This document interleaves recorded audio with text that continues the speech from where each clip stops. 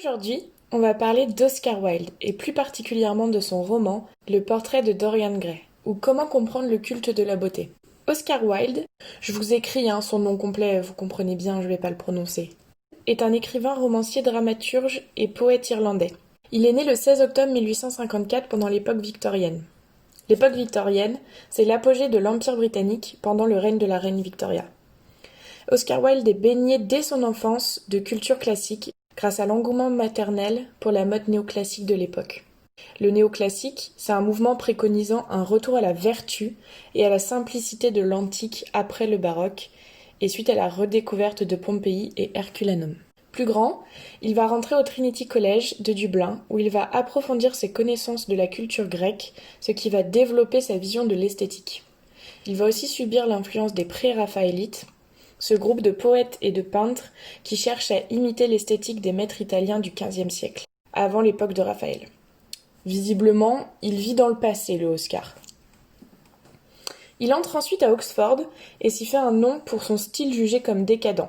En effet, il avait les cheveux longs, des fourrures, une chambre pleine de décorations, ce qui a établi son personnage de dandy.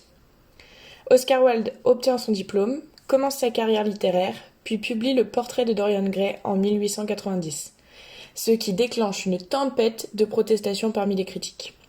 En effet, il explore dans son roman les liens entretenus par la beauté, la décadence et la duplicité, ce qui ne convient pas vraiment à la morale publique de l'époque. C'est un peu rude quand même, mais on va voir pourquoi. Voici le résumé du livre. Alors qu'il rend visite à son ami peintre, Basil Hallward, Lord Henry rencontre le jeune Dorian Gray. Émerveillé par sa jeune beauté et sa naïveté, il se lie rapidement d'amitié avec lui et dit, en plaisantant, qu'une fois le portrait terminé, seul celui-ci gardera à jamais cette beauté, tandis que Dorian vieillira peu à peu. Le jeune homme déclare alors qu'il donnerait son âme pour que ce portrait vieillisse à sa place. À ces mots, tous rirent, sur le moment.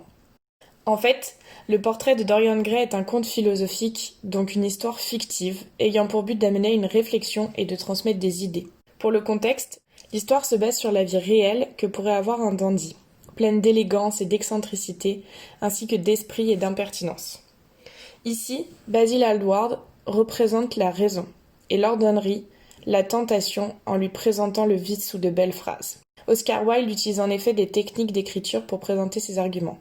Les mots d'esprit, qui sont des commentaires cyniques et qui permettent de séduire par la beauté de la formule, et dans un deuxième temps, les aphorismes, qui consistent à dire beaucoup de choses avec peu de mots. Et c'est le premier pas vers la réflexion. Par exemple, ils vont passer une partie du livre à décrire le suicide d'un personnage, mais en racontant les faits sans émotion, mais avec des bons mots. On apprécie la lecture, tout en se rendant compte que le sujet est atroce. Et ce sont finalement les thèmes abordés par ce conte philosophique. Quel est le lien entre l'art, la beauté et la réalité ? Quel est le rôle de la conscience dans ce mix ?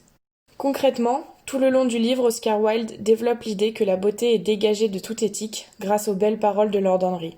Mais on voit à l'inverse Dorian Gray faire face à sa conscience morale à travers son portrait qui représente tous les vices dont il fait preuve. Oscar Wilde confiera finalement ceci.